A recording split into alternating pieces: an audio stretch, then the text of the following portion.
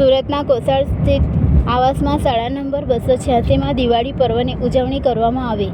નગર પ્રાથમિક શિક્ષણ સમિતિ સુરત સંચાલિત શ્રીમતી વસુમતીબેન ઠાકોર પ્રાથમિક શાળા ક્રમાંક 286માં શાળાના વિદ્યાર્થીનીઓ તેમજ સ્ટાફગણ સાથે મળી દિવાળી પર્વની ઉજવણી કરી હતી. દિવાળી પર્વની ઉજવણી માટે પ્રાર્થના સભામાં દિવાળી પર્વનું મહત્વ શિક્ષકો દ્વારા સમજાવવામાં આવ્યું હતું.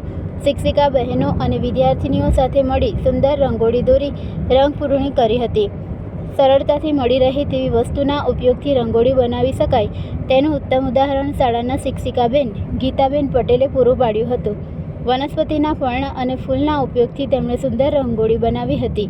ધોરણ 3 થી 5ની વિદ્યાર્થીનીઓએ દિવાળી કાર્ડ બનાવી શાળાના સ્ટાફગણને આપી દિવાળી પર્વની તથા ગુજરાતી નવા વર્ષની શુભેચ્છા પાઠવી હતી.